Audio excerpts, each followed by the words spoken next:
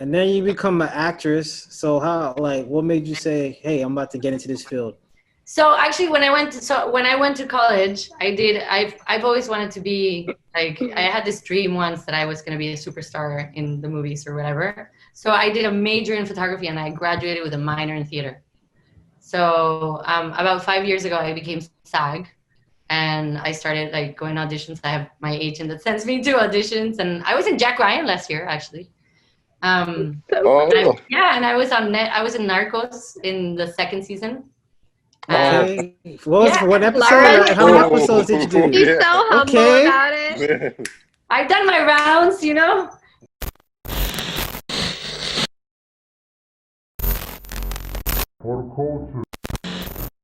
Back at it again with For the Culture podcast, and it's Lisa Marie here, and then I've got Rose and Clark, Yeah.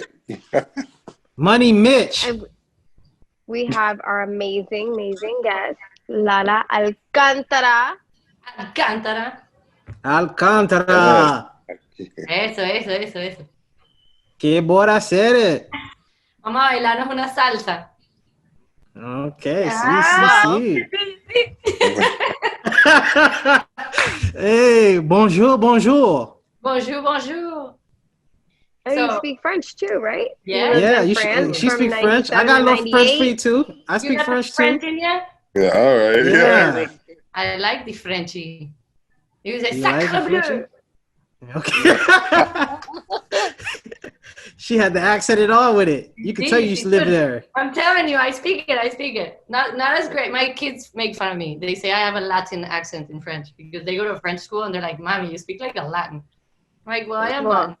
You know? yeah. I don't say You're bonjour. I say bonjour. Bonjour, Okay. que más? No. I do actually want to go to France though. Like, I just want to go there. I want to go to Oh my god, I Paris. I want want to to go check and it like out. stay there forever. All Like, Yeah, I right. gotta check really. that.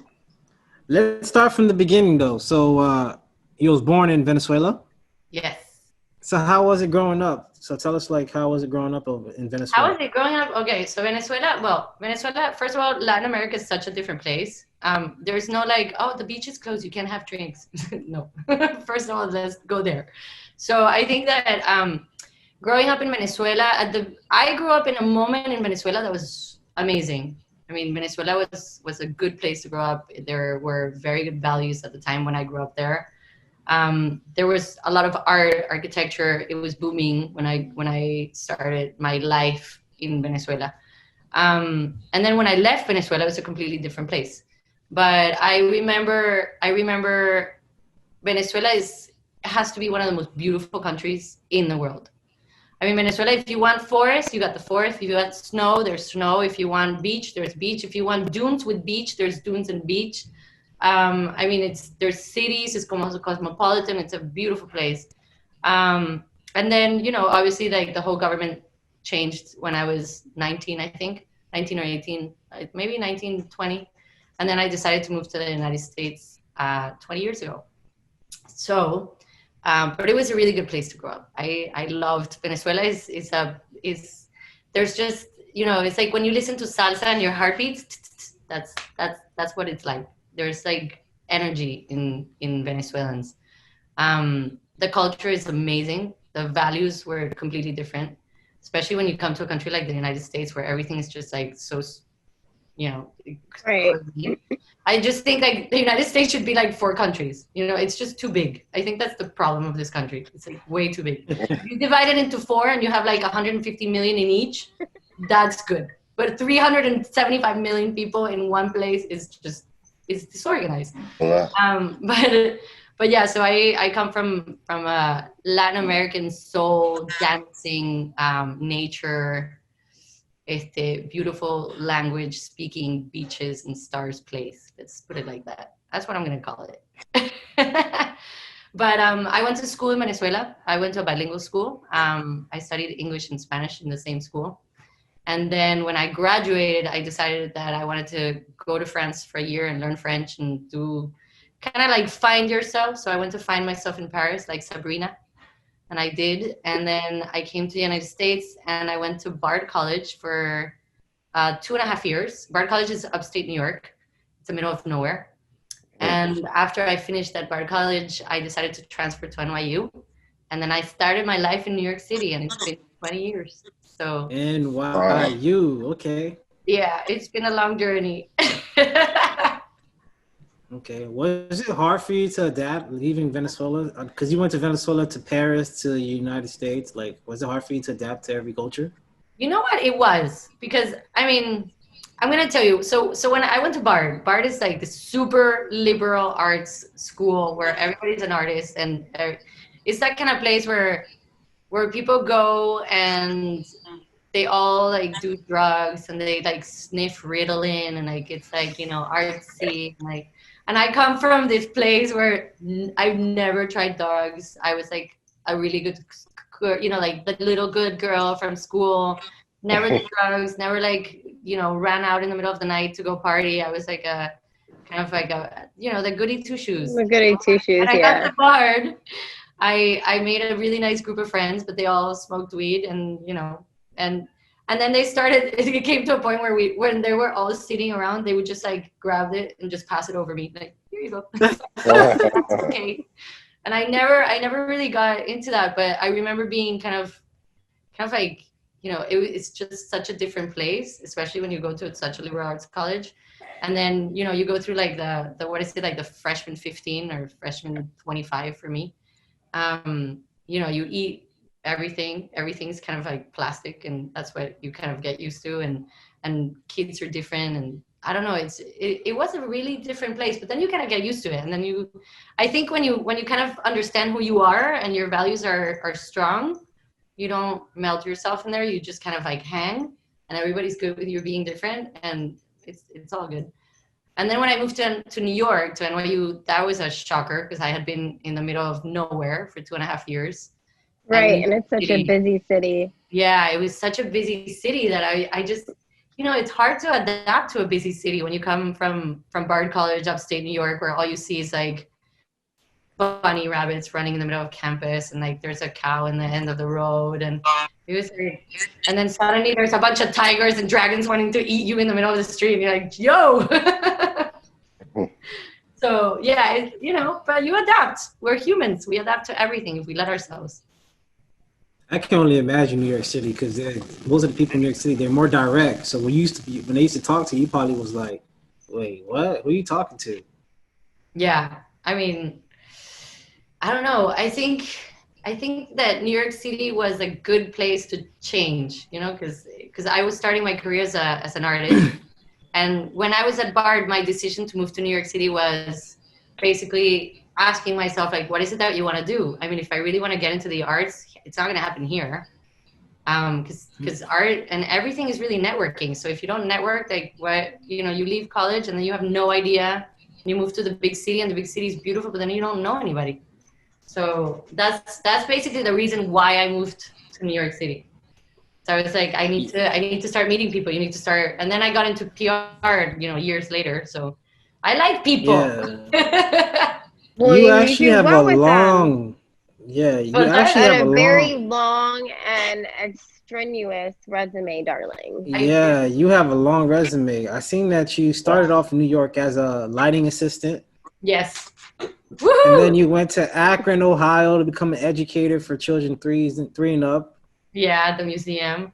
And then you go back to Venezuela to be an educator there. Yeah, well, every summer, you know, like I would, you know, you have those 3 months in the summer from like freshman year to junior, or whatever. Like freshman to sophomore, sophomore to junior, junior to senior. And those summers I would go home and I would teach at the museum. We would teach low-income families about like art and do a lot of clay, and the kids would stay. I like kids, so we would spend, you know, 5 hours teaching them about the magic of art and how art is a good place to be. Especially when you come from, you know, a place where maybe your home is not the best place, but when you come here, it's kind of like you're free. It's like do art and imagine. So I used to do that every summer. It was really fulfilling, actually. Okay, and then you come back to New York and you become an assistant to a photo editor. Yes. So I worked as an assistant at Condé Nast. So at Condé Nast, I worked as an assistant for Gourmet Magazine and for Vogue. Wow. Okay. Yeah. It was cool. And then you It sounds become really cool, but then you learn. Oh yeah, it's yeah, so much more intense It's not too. as glamorous as it looks. and then you become an actress. So how like what made you say, "Hey, I'm about to get into this field"? So actually, when I went to college, I've always wanted to be like, I had this dream once that I was going to be a superstar in the movies or whatever. So I did a major in photography and I graduated with a minor in theater. So about 5 years ago, I became SAG and I started like going auditions. I have my agent that sends me to auditions, and I was in Jack Ryan last year actually. So Oh, Yeah, and I was on net. I was in Narcos in the second season. Um, Okay, what was yeah, for what episode? Lara, How many episodes did you do? she's yeah. so humble Okay, about it. I've done my rounds, No, I've done everything. I think that the more you do, the more you discover what is it that you really want to do. It's true You kind of gotta though. taste it all. Yeah, dabble in a little of everything. Yeah, is there absolutely. a certain genre that you like the most to play in, or Drama. I like drama. drama? Yeah, I I like think action. there's just something that if you can, Yes. I'm pretty good at connecting with characters in that sense, and I do it in front of my camera. So for me, it's just it's just part of it. But I'm one of those that can like cry on cue, which is kind of nice. People love that. Oh man. I did a show last year called Monsters Inside Me, and it was this girl, like, I don't know, that her mother got run over by a car or whatever, and they were at the police precinct or something, and the guy's like, okay, so can you cry? And I'm like, you just watch, baby. I'm crying.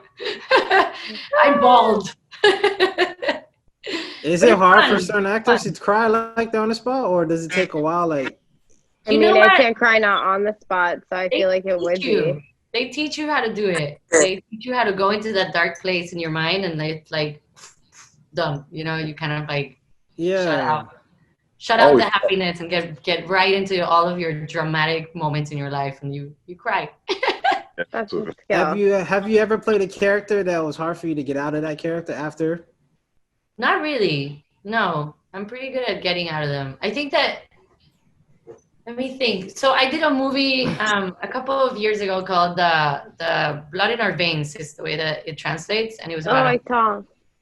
about a Colombian mom, kind of dealing with like her sickness and her kids and all this stuff, and it was interesting for me because I had just had my second child, and it was it's hard to you kind of like imagine, and you put it in a situation that maybe could be your situation, but no, I Mhm. mean it was like a month-long filming, and it's a character. That's the fun of it. You get into it, you are part of it, you live it, and then you're like out to the next. Okay, yeah, because I've seen some actors. I've seen interviews in the past where they're like, sometimes the character stays with them.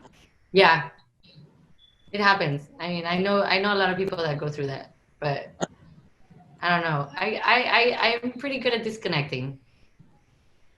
Well, that's good. I don't think I'd be. I don't know if I don't even think I cry, Lisa. Not Yeah, gonna. they go like the thespian mask. No. Yeah, like I'm a thespian. I yeah. think I'll be a good actor if I tried. I think I could be an actor. Of course you can. If you can get into your mind and play with it, you can be a good actor. Yeah, it's all in the mind. Yeah, I All could in force there. myself to cry. Everything's in there. That's true. That is very true. It is. I'm telling you. And I see that now I'm you the do this survivor super. of that. Oh yeah, now you're doing photography. All the Yeah, that's a creative big thing stuff for that you you're doing now. I was now. gonna. It's Yeah. everything. It's everything. Go ahead, Clark. Go ahead, Clark. I'm Stop. sorry. Stop. Yeah. Oh, yeah, because when you said you were like everything is in your mind, when I see your pictures, they look amazing. Like, and I was just wondering, how do you get those ideas? And it's just, I mean, there's probably no way to really explain it since it's your mind. But like, how do you get those? Just do you sit somewhere and do you just imagine it, or do you like just spur of the moment? You know what? I think I have a very, I don't know how to say the word in English. I think it's inquieta. Inquieta means very active, like super active mind. Yeah. My mind is constantly working, and I dream a lot, and a lot of my dreams turn into my images. So I try, if it's happened to me so many times that I'm sleeping and I have a dream and then I have to wake up, I have to draw it. I draw in my little notebook, like I sketch all my images. I'm super strategic about that. Like I draw my images before, and then that's how I produce my images. So they're very strategic in that sense. But I dream a lot of them, not only when I'm asleep, but when I'm awake. And I do a lot of research. I love like just looking at stuff on the internet or books, or I about a month and a half ago, I started meditating, which is weird because I always used to make fun of people that meditated. I was like, whatever. Like, yeah, you're getting going into that tunnel. Well, now I'm the one that goes into the damn tunnel, and I love it. So when I went to Florida about a month ago to kind of finish the whole process of like finding my true voice, I went into a hotel for 2 weeks, and I decided that I was going to just kind of invent my own artist residency that I've always wanted to do. And I really got myself disciplined into like, I woke up at 6 o'clock in the morning. I went to see the sunrise. I wrote, I meditated, which I had never done before, but I did it with, you do it with apps and that kind of thing. I would go home, I would have breakfast, I would work, I would have lunch, I would work, I would have dinner, and I would work, and I would go to bed, and it would be all over again. Wow. So I kind of didn't really let myself rest. And then I think that when that happens and you're already in a cycle of like creativity, your mind just kind of blows itself away. So it's like, when that saying, like, it blows my mind. It's like creativity is now in my blood. In like, I see things and I see spaces, and I'm like, there should be a photograph there. Or if I see a piece of art, like for example, today I posted Las Meninas, which is a painting by Diego Velázquez from the 1600s. It's a super famous painting that I remember when I was young, and the first time I saw it, for me, the most important part of the image was that the artist had put himself in there. It was a portrait of the princess, but he decided that he was going to be in the picture. And he's there standing with his like paintbrush and his palette, and he's looking straight at he's the only one really looking straight at the viewer. And it kind of like, got into my mind. And not too long ago, I just ran into that image, and I decided I'm going to make my own meninas because I'm the artist, and I'm the artist, and I'm the princess, and I'm the guys that help the princess, and I'm the supporter, and I'm the family. Like, everything is here. So that's how it works. I draw a lot. I do. And you know what? One thing too, which is a very important thing, that when I was in Miami, when I got there, a friend of mine sent me this thing by Martha Graham, who's a ballerina. And she wrote something talking about how we are terrible judges of our own work, and how we are not, like, as creatives, we're not here to judge our work, we're here to make it. And that was like taking off a 25-ton backpack off my back. Wow. So once you kind of, it's like amazing. It's like once you kind of discover that, it like everything is possible. Nothing is impossible, because if you're not there to judge it and to be like, oh no, I'm not going to do that because no, like, who was going to think I was going to do Las Meninas in a garage from a house that a guy was selling in the middle of Brooklyn that I kind of ran into, and I just made the space my own, and I made it into this image, But if you put those walls in front of you, then you kill your creativity in such a way that's when everything works, when you don't do that. And when I learned that, everything changed. Everything changed. Like, I imagine things and I'm like, it could happen. I could do this, So for any creative, I think that's a very important thing. Like, don't judge your work. Just make it. It's not your job to judge it. Yes, we can make it. Yeah, it's like, well, that's what we came here for. If you're an artist, any kind of artist, music or anything. I mean, it's kind of like you're gonna sit down and see, oh no, I don't like this composition that I made on the piano. Screw it. It doesn't matter if you like it or not. You have to throw it into the world. It's not your job to say if you like it or not. Somebody's gonna like it. Exactly. You don't throw it out there, nobody's gonna see it. It's so true. And it just like it opens up this huge world of wonder that just makes you, it just takes all the fears out of your way. Like, you become fearless. It's amazing. It's really cool, I have to say. So that totally changed everything. And in that process in Miami, for example, I wanted to bury my old self. So I didn't want her anymore. I was like, screw this shit. Like, I don't want her. She's not me. I kind of lost her for 15 years. And then when I found my new me, I needed space to kind of like put my new me in and take that whoever that was out. And I decided I was going to go bury myself in the ocean, my old self, to open space for my new me. And the only way for me to do it was to make it tangible, right? To like go and actually do it. So if you see in my Instagram, there's a photo where it's called The Rebirth of an Artist. And I went to the ocean at like 5:55 in the morning. I couldn't sleep that night because I was like, you think about it, I'm like, I'm going to bury myself in the ocean. That's kind of crazy. And I dressed myself as a shaman, and I read this book, pages out of this book that a friend of mine gave me when I went to Miami. And I made this huge burial out of seaweed. And for me, like, I remember when I was making it, I remember like, I would lay next to it and see if it was long enough to be like my size. And then I was like, oh no, it has to be longer. It has to be longer. And, I'm working with the seaweed, and these little like ants that live in the seaweed start biting my hands, and my hands are red and itchy. And like, there's all this stuff going on. But at the end, I sang, I danced, I read the book, I did my thing, and I buried her, and she's not here anymore.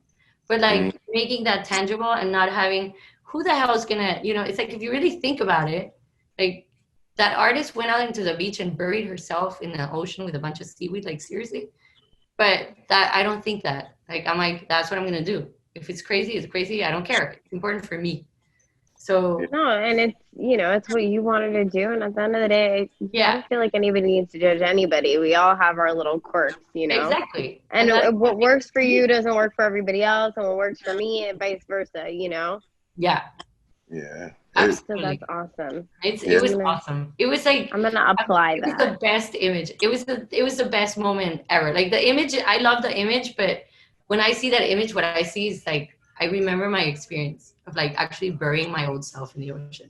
I have like an affair with the ocean, the forest, the stars. It's an orgy at this point. It's like, I'm having an affair with everybody and myself. It's a beautiful orgy. It's the orgy of the creator. Yeah, like what you said, it's like how you felt like you had to do that it's like I don't know how to explain it. It's like the spirit, and you just feel like you have to do that, and then find out you meet somebody else who does something very similar, and we think that I don't know how to explain it, but explain it. Try it. No, you mean like, okay, so like how you said, like you did that, you felt like you have to do that in order to get to the next level. And I feel like, what you did is probably what somebody else did, but you just never seen it before, or something close to it, but we think we're the only ones doing it. And it's just like, I guess it's our spirit talking to us, saying that we have to do it because it does mean something in it. Absolutely. It probably means something out there in the universe, but we just don't know what it is. And then come to find out it does. I don't know I'm trying to explain. No, I get you though. Yeah. I get you. I mean, it's something, art is never really original. There's always someone or someone else that has done it. Like, that's just part of it. There's I'm sure it's like music. There's tons of people that buried themselves in the ocean or like decided to bury themselves because they didn't like their old self or whatever. But for you, it's your own experience. So it doesn't really matter, if somebody else did it. It's like, I'm not because some people use an actual like box of keepsakes of things, that they'll go and bury and cleanse themselves of whatever it is, sage their home, so I think everybody has their own way of kind of letting go of their old self to who they want to be in a newer version and better version, I'm all for it. Yeah. And I meant to say, like, it's like something in our spirit that just says to do. I don't know how to explain it like in a better way, but I know what you're saying though. No, but it's just, I've become a really like spiritual person in a way. And I wasn't like that. I wasn't into meditation, and it's not like I spend my whole day meditating because that's a waste of time, but when you start really kind of going through all those motions, that spirituality is basically just kind of being more in touch with yourself. It's really that it just has a title, and that's the title, but you could do it any way, it's but once you start really connecting with who you are and like yourself and your energy and your light, and like, I believe in the universe. I'm a big believer in conspiring with the universe to get shit done. Like those people that are like, I'm a firm believer of that. Yeah. Like when people tell me like, oh, don't tell anybody because you're going to jinx it. I'm like, are you kidding me? I need to tell everybody. This needs to happen. Like if I don't tell anybody, it's not gonna happen. You tell, you say, this is what I'm working on, and this is, and you go to the ocean or you go to the sunset and you're like, this is what I'm doing. You need to give me a hand. Why would I keep it to myself? That's so true, because you never know who's there to put you on the path to get Exactly. to the next level. So to work together and just That's never a good know. mindset. That's I'm so the one true. who's always like, no, don't say anything. No, you can't, because you're shutting yourself out from like, you know, conspiring with the universe to get stuff done. That's true. Also, so you know, That's crazy that you said that, because I was told to always think the worst of things, Oh, absolutely. the worst of Same situation, here. because then when it I happens, then manifest you're what I not want you're in not gonna things, be but- like in shambles, like crying, anything like that. I'm a super positive person, and I've become even more positive as I've kind of discovered my own, you know, self in this process. And it's been a tough one. It hasn't been easy. I mean, Miami was that was a lot of crying in Miami by the water, and listening to music and writing, and like, dude, you go through all these motions. I mean, you guys are all a lot younger than I am, but when you go through so many things during your life, and you kind of realize that it's been 15 years or 10 years that you haven't really done what you're passionate about because of life and like what life threw at you. Mhm. Dude, it's sad. It's like there's so much sadness in that, you know, and you gotta go and cry. I'm a big fan of crying. I think crying is like the best thing that you can do for your body. Really? You know, I would go in the morning and do the sunrise, and like I would listen to this piano guy called Ludovico Janut, which I'm like also having an affair with. And I had an affair with everybody. And like seriously, I would just bawl for an hour and just kind of like go through like everything that I haven't done because of fear, of not having the courage to do things, of like becoming who somebody else wants you to become, or making your life all about making other people happy. You know, that's one thing. Like life is made out of little bits of happiness, but those bits of happiness have to be your happiness. But we forget that. Absolutely.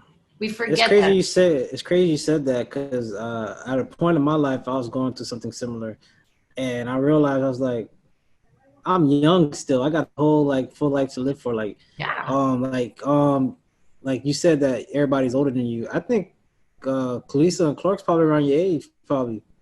I don't know. I have a very young soul. I have to say that. That is for sure. And But Lara, back to I have Lara something looks called like the she's Peter 20. Pan syndrome. Have you ever heard of that? I don't know, but I that- feel like I've got Peter Pan I syndrome. have I'm the like a Peter little Pan kid in a syndrome. big kid body. I never want to grow up, and nobody's gonna make me. And I feel But like yeah. those are the people who live the longest.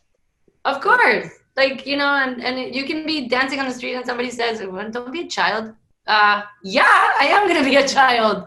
Don't be an old screw up. Like, you know, dance if you want to, sing in the middle of the street if you want to. Like, why is it that we have to become old? You know, our bodies become old, but you don't have to become old. Like, I love why it. would I? True. You know, older people, we forget to dream, and we forget to see the world in colors, and we forget to see the good things in people, and it's really True, sad. you end up like an old Scrooge. Yeah, I don't want to be an old Scrooge.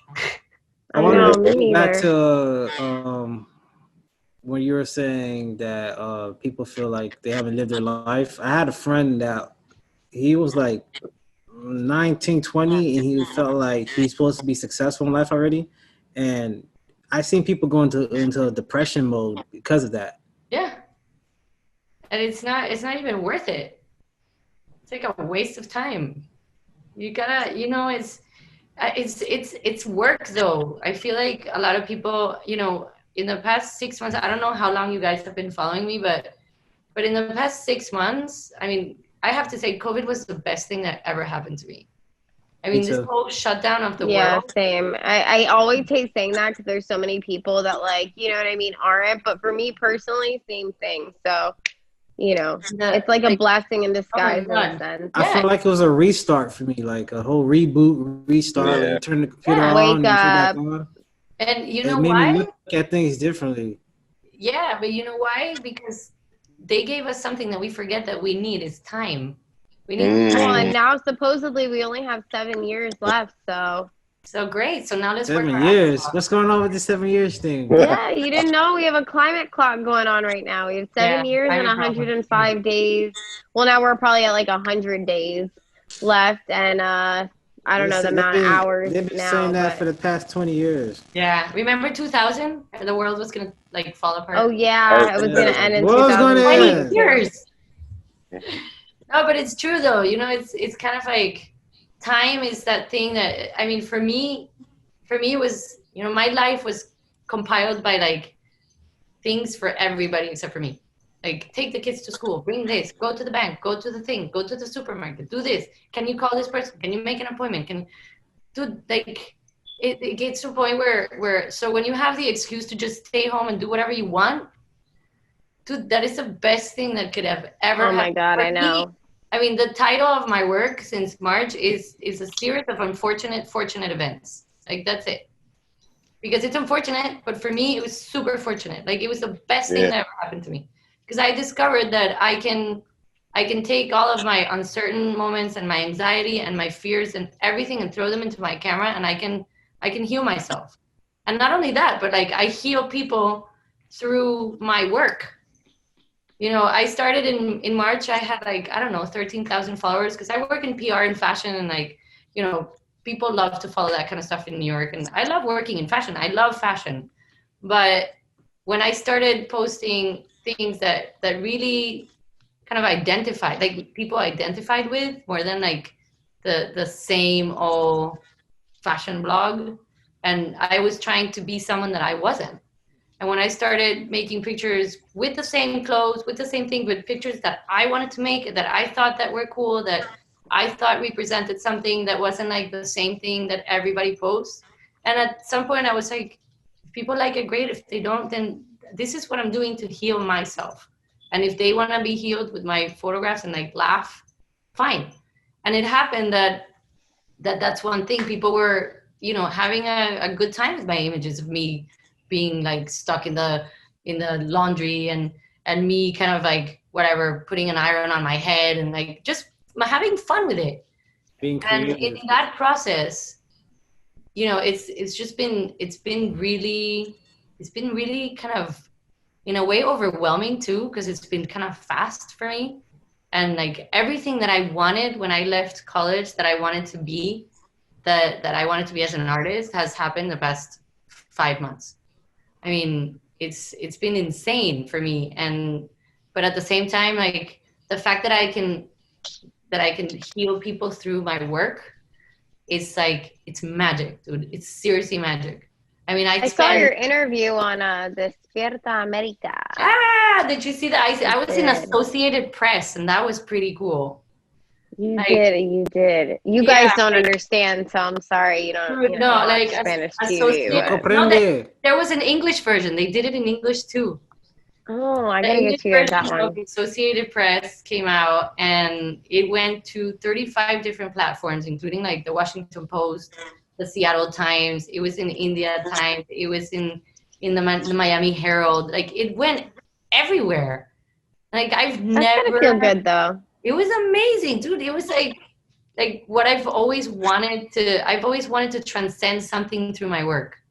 And the article is basically about how art is healing, and you can heal through art. And it really is. It is. I mean, not only for me, because I feel it.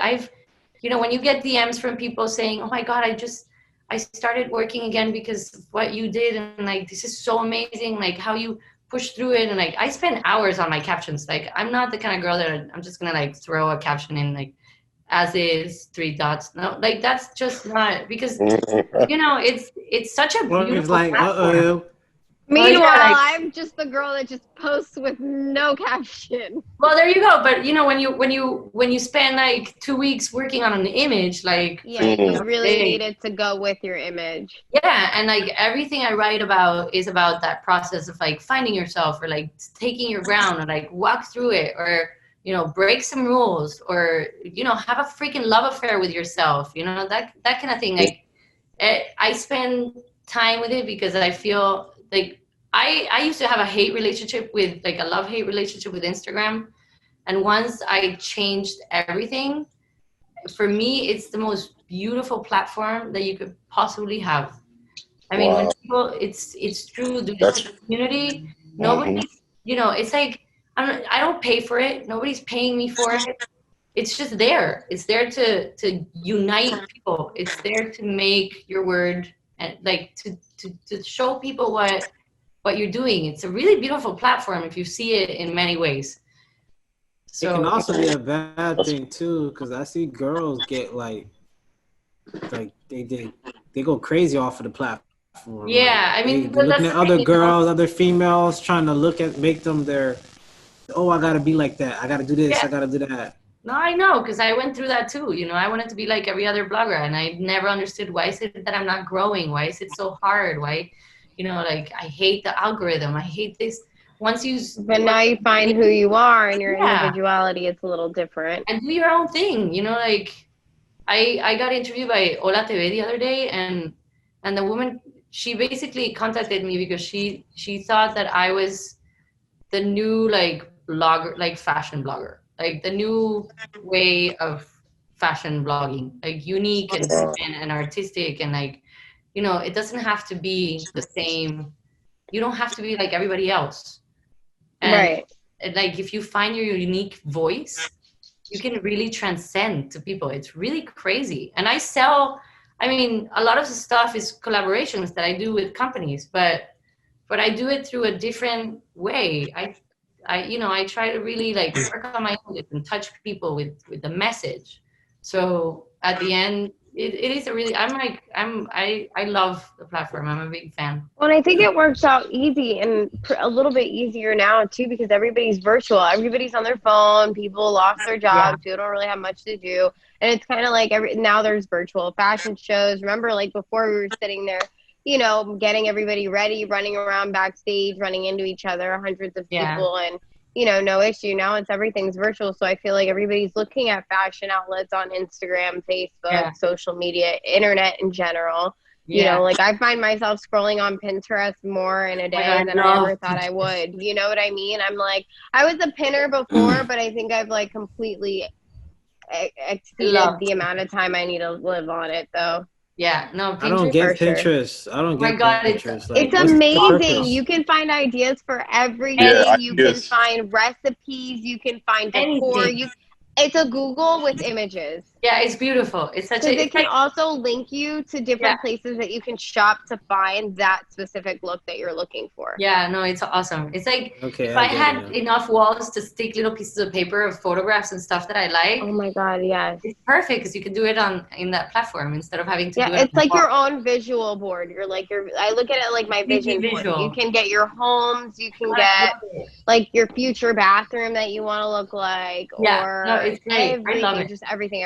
Mm-hmm. No, it's down to Batman, Transformers, anything. You do anything you want, you can get out of Pinterest, and it's visual. Oh yeah, it's a great. I wanted to ask you, since you're into art and everything like that, what was your thoughts when you seen Kanye in Art Basel put a banana? What was that? Kanye put a banana on the yeah.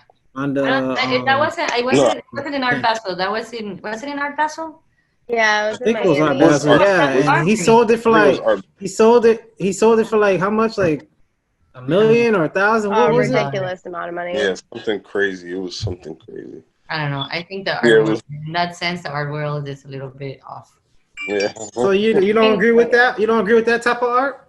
Well, I like that type of art, but I don't know why. I mean, I don't know how is it that buying a rotten banana makes you a good collector. I see what you're saying. I always. It's like great. Okay, and I understand the whole thing of like, oh, my daughter could have done that, but not about that. It's just like it's a joke. It's like it's a making fun of the art world in a way. It's like that artist just pissed all over me. Yeah, because it's diminishing your hard work and your credibility in actual artwork over somebody just sticking duct tape with a banana. Absolutely, it's ridiculous. I find it ridiculous, but I mean, you know that. I mean, it goes both ways too, though. It goes both ways too. To somebody, it might be, because I seen painting where it's just like a splat of paint, blood, or all over the thing, and then to somebody's like, this is everything. Like this Yeah, is no, my exactly. goal. I mean, And exactly. they go for like millions of dollars. Absolutely. Beauty's in the eye of the beholder. So you can't really, I mean, some Yeah. people, it's like when you go to a store, there's sometimes you say, dude, I would never wear that. And Oh then yeah, and somebody else picks it up and they're in like, line that with is such you. a cute shirt. And you're like, that's the person that would buy that shirt. So everybody, you know, Yeah. it's so personal, but when it comes to you know, I think that a banana is a little bit over the top. A little over the top. I Well, did the wanna. banana's gonna rot. You know that, right? That's the Exactly, part like, that you know, blows my mind. Like, it's a real banana. It's not a fake banana. So it's like, yeah, it's exactly. gonna rot. What are you gonna do with a rotten painting? Totally. Yeah, that makes no sense in a way. You're right. Like, I get the whole, you know, maybe you put a fake plastic apple or something, you know what I mean? But like, come on, like, Plastic it's a real banana. fruit. Do we know it was a real fruit or not? Or It was Well, a yeah, real but fruit. It rotted. it rotted. The thing about that kind of work is that it's a concept. That's what they sell. They sell a concept. The concept of, you know, the banana and like the thing and the days and And it time just and what helps that happens there's a name in behind it. time, and you know, it's more about a concept. So because, you know, it's not about the banana, obviously. It's about the concept of time and things like going through time.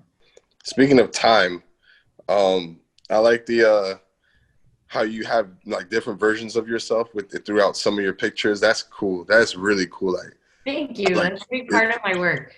yeah, that's real. I don't know how you do it. Maybe there's the secret behind it, but I just wanted to say that was You know what? It's I take a bunch of photographs. Sometimes I don't know. Sometimes there's like 25 layers in my images, and because in Photoshop you work with layers, and it's a lot of work. But when I envision those different me's, they're usually if even if they're dressed the same, their attitudes are different because there are so many people that live in me that I can't just take sometimes a picture of just one Lara.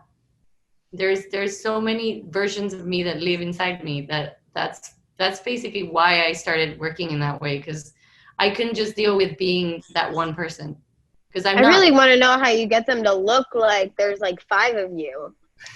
yeah. Well, I use a tripod and I take a picture of myself many times, and then I put it all together in Photoshop. Oh, okay. Because A I'm lot like, of work. wow, A that's lot of work. like a lot of her. And I Yeah. can't even think of like, how would I even fathom figuring out how to do that? Yeah, and sometimes I do like long exposures, and in that long exposure, then I spend like, let's say, a minute here, and then I'll walk and I'll spend another minute here, and then I'll walk and I'll make another. So sometimes it's all in one image, and sometimes it's in 25 different images. Oh wow. Yeah. And I've seen you put your daughters in it and everything. They must think it's so cool that you They do love this. it. They love it. They're so That's proud of me. awesome. It's so cool. No, they're enjoying the ride with me big time. I mean, I don't know if you saw, but on September 12th, I did an installation on the beach in Williamsburg with these little bottles. I had made these. Oh yeah, I saw the photos. Tomorrow. I'm posting the English version tomorrow.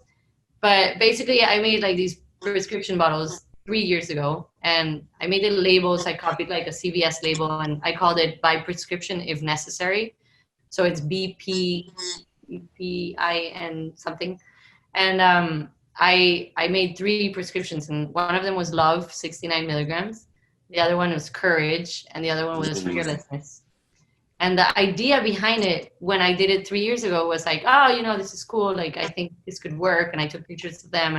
And then they kind of just, you know, ended up in storage for 3 years. And then when I found myself this year in this whole process, somebody was at my home doing an interview. And when I opened the cupboard to take out like the, you know, the little nice teacups so they could have their tea. And I saw one of the bottles, and it was one of the love bottles. And I immediately like remembered I had 53 of them sitting in my storage that traveled with me from Manhattan to Brooklyn 3 times, like, you know, through every different place that we've been through in the past 3 years. And I realized that I had made that prescription for myself 3 years ago. I needed self-love, I needed courage, and I needed the fearlessness to go and make my work. And when I discovered that, I decided to do that installation that I did on September 12th. I wrote 53 handwritten love letters that would be letters that the reflection of yourself would be telling you in the mirror. And I wrote an artist statement, and I took them to the beach, and I put them on the beach, and I had strangers and friends and all kinds of people just come and pick them up and read a letter. And there was a wedding at the beach that day, and the groom and the bride took one, and it was really touching, and like they cried. I met people that I had never met before that just decided, and people had to choose, like, do you want fear? Do you want love for yourself? Do you want courage? Like, and they're like, well, how do I choose? I'm like, I don't know. Don't choose wisely, choose honestly. Like, what is it that you really need? Like, don't choose because, oh yeah, I'm going to choose fear. No, what do you need? And when they read the letters were basically somebody had washed ashore a bottle, and the letters said, like, promise me that you're never going to let fear get in our way. Promise me that we're going to have the courage to be strong. Promise me that fear, like, kind of like when you see yourself in the mirror and the things that you should really, really tell yourself every morning. And that happened about 2 weeks ago. And it was really cool. It was an interesting thing, because for me, it was like, okay, I'm done with this. I don't need it anymore. I'm going to give it to the world. And that's how life kind of, like, you connect the dots, like 3 years ago, this was me. And now I'm here, and now this needs to go out, and then you need to give it to the world. And it's, it's been a cool moment. It's been fun. And I'm sure they appreciate it, and they're going to look back and have something that means something to them now that no longer means anything to you, Yeah. I mean, I've gotten, like, people repost them because I put on, like, my handle, and I put on the hashtags and all that stuff, and people still repost them. Like, they take a picture of it and they post it, and Wow.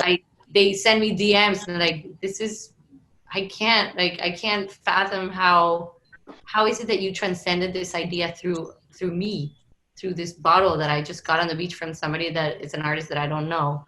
And in that sense, it's been really cool. You ever thought about being a motivational speaker? Yeah, I have many times. I think you'd be great at it, Lara. Yeah, I'm thinking of doing, like, a TED Talk soon. Oh, I'm in the process of applying for my TED Talk. nice. I'm gonna do it. You'll see. We're gonna motivate people to love themselves and do their art.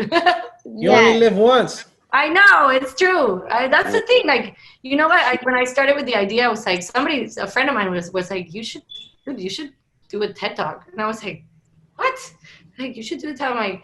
And it's like fear comes into you, and you're like, I can't do a TED Talk. And I'm like, you know what? Screw it. I'm going to figure it out. I'm going to see and you go online and you can find the process. And I started putting my stuff together already. I have an artist statement. I did my video already. Like, it's happening. It's happening. It's happening. That's going to be awesome. It's going to be cool. I'm super excited about it. It's really cool. I did want to touch on this topic. I forgot to touch on the topic with the other guests, but I did want to touch on the topic with what happened this week, with the Breonna Taylor case. Everybody's familiar with it? So what's everybody's thoughts on that? So I am going to say that I am not going to comment, because I am not going to talk about politics or that kind of thing right now. Is that okay? Because I believe it's fine. Everything that has happened is wrong. And I believe that our planet is so damaged right now. Our human race is so damaged right now. And everybody has a different opinion about everything. And at the end, I feel like if we could just love ourselves a little bit more and understand that everybody has their own uniqueness, and we could just love each other a little bit more and understand that not everybody has to look like you, I think we could be so much of a better race. And I mean, I'm Latin, okay? It's like, I've gone through my things too, because I have an accent, and people are like, oh, you have an accent? Like, oh, yeah, I have a fucking accent. You don't like it? Go fuck off. No, I quit. I don't care. I mean, it's just like, there's always people that really try to they put their own stuff on others. And that's when there's, you know what, like, if we keep on talking, I'm going to start crying if we keep talking about this, because I feel like it's so sad that we have become so blind in so many ways as a human race that, you know, that I don't know. I mean, for example, like I was talking to my friend who's Indian, and she had mentioned that somebody had said something really rude in a park with their kids because they were dark. I'm like, what the fuck? Like, you know, I just don't like. Now I'm gonna have to cry tomorrow. I'm gonna have to cry tomorrow by the beach. I'm going to the sunset in the morning, and I'm gonna cry for that because it's just so sad. I feel like, I don't know. It's just, there's so much politics into it too that I don't think that should be there. And I don't think politics has anything to do with this. This has to do with just like people, and people need to learn how to respect each other, and people need to learn how to just come to fucking together. Like, I don't understand. In my mind, I can't understand. Like, it's so hard for me to understand, you know, because exactly. Just don't get it. I don't understand. Like, I come from a country where there's, well, Venezuela is going through a lot right now. Venezuela's going through a big mess. But like, when I grew up, I mean, it didn't matter if I was rich or poor or white or black or gray. Like, I didn't grow up with that. I mean, me neither. Our country is not based on that. And I'm not saying there was slavery in our country. There was, because in all those countries, you know, the Spanish came and did their own thing and burned shit, and like, it existed, but it didn't stick. Like, it's stuck in this country. And for me, like, I just don't, like, for example, like the story of Rosa Parks, like, that I studied in school when I was a little girl, and now my kids are studying, and I how is it possible that in a country like the United States, since so many years ago, there was a place where if you can be because of the color of your skin, like, I just don't, in my brain, it just doesn't, it doesn't resonate. You know what I mean? It's so, well, Hispanic culture is a little bit not as segregated. So even if there are dark skin, light skin Hispanics, it's not everybody's together, you know, as opposed to here, whether you're American and you're dark American, white American, you deal with, you know, I mean, everything negative. It's, you know, it's just so sad. It's so sad to me that we can't just, I'm going to start crying and I don't want to. So I just don't, like, my heart is too big for that. I can't, I don't know how to, I don't even know how to, like, go through that question without, like, getting super sentimental. But I mean, I support everything that people are doing, and I support, you know, I don't support the looters. I don't support the mess. I don't support the people that sabotage others. I don't support, I mean, if we're going to go peacefully and we're going to, you know, speak out our voices, then why is it that glass needs to be broken and things need to be burned? I don't understand that either. But I mean, the masses need to come together, and that's what we're trying to do. But it's hard to come together when there's always somebody in the mass that is sabotaging everything. You know, like, then how do you do that without having the police, like, beat some people up because some asshole decided to break or burn something? And probably that asshole doesn't even understand why he's walking. Well, you know, according to what I was speaking to Clark, I think maybe last month, and he had brought to the attention that, like, the people you said, the masses, some of these things are political motivated. Maybe absolutely. Everything is politically motivated in this country. It's ridiculous. Even our time, like what you said, Alejandro, like before, like the time that we have, that when we have more time on our hands, we can either, like, you know, go towards our spirituality and learn ourselves. Yeah. You know, learn about ourselves. And so that's what I like, is that, I mean, even with everybody, I notice a lot of people are having a spiritual awakening too. Absolutely. And you've seen that. I know you've seen that. And that's the positive side of that. And I see what's going on, and I see more people are coming together on that aspect, you know, and I had to sit back and not let that consume me, you know? Well, that's the thing. Like, when people get I said Alejandra. I'm sorry, Laura. I'm sorry. Lara. No, it's okay. Lara, I'm so sorry. I'm on my computer. I'm at a dinner, by the way, so I have to go in like 4 minutes. Okay. Yeah. No, it's okay. But I think, like, don't forget to bring me a plate. we're on drinks now. That's the dinner. No, but you know what? Like, also, I think people are. I don't know what the word would be, but a lot of people, for example, I mean, the other day, I think they're self-centered. it's true, and like that is just wrong. I'm not that person, and I really like when it comes to like political things like that. I don't know. I just feel like if we all, as I said, like, you know, if we all understand like ourselves more, and then we are better at understanding others, then that would be the perfect connection to just have like an awakening, and then like be able to awaken other people. Absolutely. We gotta I have play. a couple of things we to gotta- say. My bad, Clark. Okay, I was gonna say. Go ahead. No, I was gonna say something spiritual. I know you know about like you know, we gotta play 432 hertz out there. You know what I'm saying? Yeah. You know what I'm talking about? Yeah, you know what I'm talking about. You know what I'm talking about. But yeah. Yeah, but the viewers don't know what y'all talking about, so go ahead, explain. No, it's a frequency. You can go Google it. Yeah, Google it. All right, tell us what the Google again. Drinks. I feel your vibe because I know that you're on that. You know what I'm saying? Because I'm going. Yeah, you're on that level. He don't want the people start DMing him saying, "Hey, we're watching you." Okay. So this is I could probably close with this. Like, I've discovered that light that people emanate, like, for example, I don't know if you see America's Got Talent, for example. Christina Ray, who sang the other night, and she's freaking amazing. Like, this woman discovered herself 10 months ago, and she has become light. And I DM'd her the other day, and we started a conversation about light and like how it's been such an interesting process for both of us that once light is like magnetic. So once you are that person and you're filled with light and you can give light attracts light.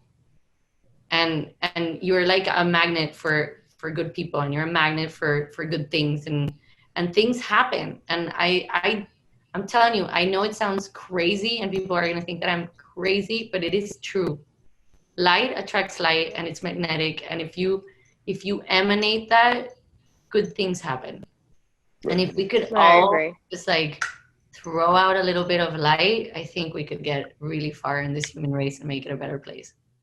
All right. I have one more thing before we close. So I was talking to a girl 2 days ago about the police, and she was saying that she went to school for criminal justice, and they actually teach you this in class. I didn't know this. They teach you this in class. She said, the professor literally says, Spanish and blacks are more aggressive. That's so not true. Most of the people that are breaking shit are not either Spanish or black.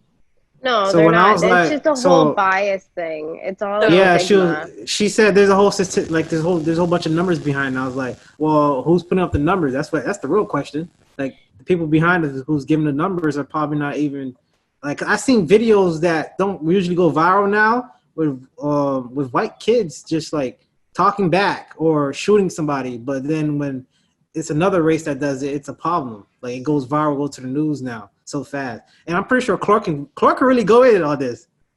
Yeah. I have to go, you guys. Yeah, no, go ahead, Lara. No, I'm just saying that I have to go in like 2 minutes because I've been. Yeah. Okay. Go ahead, She's Clark. dinner, Wrap it guys. up, Clark. Wrap it up, Clark. Wrap it up. Well, hey, I was just gonna say, I'm gonna play my binaurals after this too. Meditate. Like, I do the same thing. I've been getting on that too. So I'm telling you, definitely it's really cool. spiritual. You know what? It works. Wait, Clark. What do you do to meditate? Okay, DM me and I will send you a meditation that I did the other day that was freaking awesome. A friend of mine sent it to me, and it was really good. Definitely. Yeah. Definitely. They work, and crystals too, but yeah. Oh my God. God. I have crystals. Yeah, I absolutely. have crystals too. Yeah. Well, I'll send it to you. I'll send it to you. a- It's a really good one. It's long. It's like a 30-minute meditation, but it's intense. It's a good worth one. it. Yeah. It's All really right, thanks for coming Well, on. I'm thank you definitely so gonna be much for contacting you coming guys about these on. crystals. All right, Lara. Thank you so much. Oh, thank you We so much for the appreciate it. invitation. Lisa, Keep up the creativity because I love seeing it. thank you so And much I'll for following definitely my be work. DMing you. No, seriously, like I'm completely honored by the fact that you guys follow my work and that you enjoy it and read it and spend the time. And don't forget to comment. Sometimes I forget that people, because like I can't. It's kind of like when people like, I can't really see it, but when people comment, like when I get those downs of like down creativity, and I go back to my comments, and it just makes me so happy. It's kind of like, boom, I got this. Like I can do this, Let's and go. yeah, You can, Lara. yeah, We we're gotta here. put that energy out there. Come on. Absolutely, man. You better go eat. You better go drink. Let's We're go. gonna do that TED Talk. You'll see, and you guys Yes. are gonna be, you guys are gonna be front row. Oh, hey, All I'll right. go. Yeah, we'll go. Yeah. I'm telling you, it's gonna happen. I just see that's the thing. That's how I think now. I don't say maybe. It's gonna happen. It is going to happen. It's gonna happen. You gotta look north, man.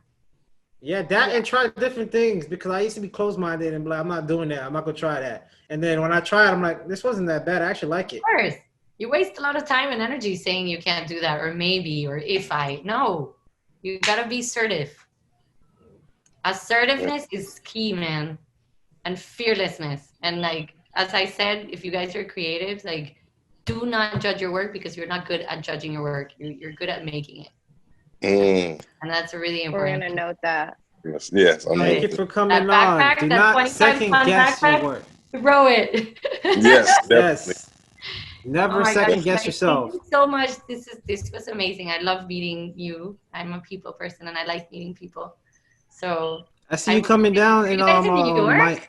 Miami, Yeah. Florida. No, So I we'll went see. up We'll there see you next just to work month. for Sebastian. I'm in but we're all Florida Miami. in October.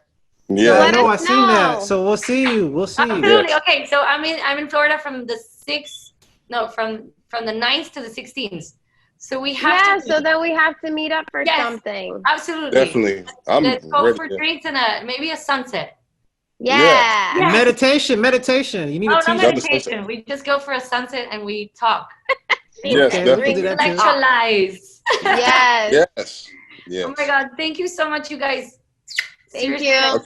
Thank you, Bye. and like All right. just to throw it out there, everybody that's watching, you can follow me at Follow. Lara Alcantara, and I hope you guys come and join the adventure.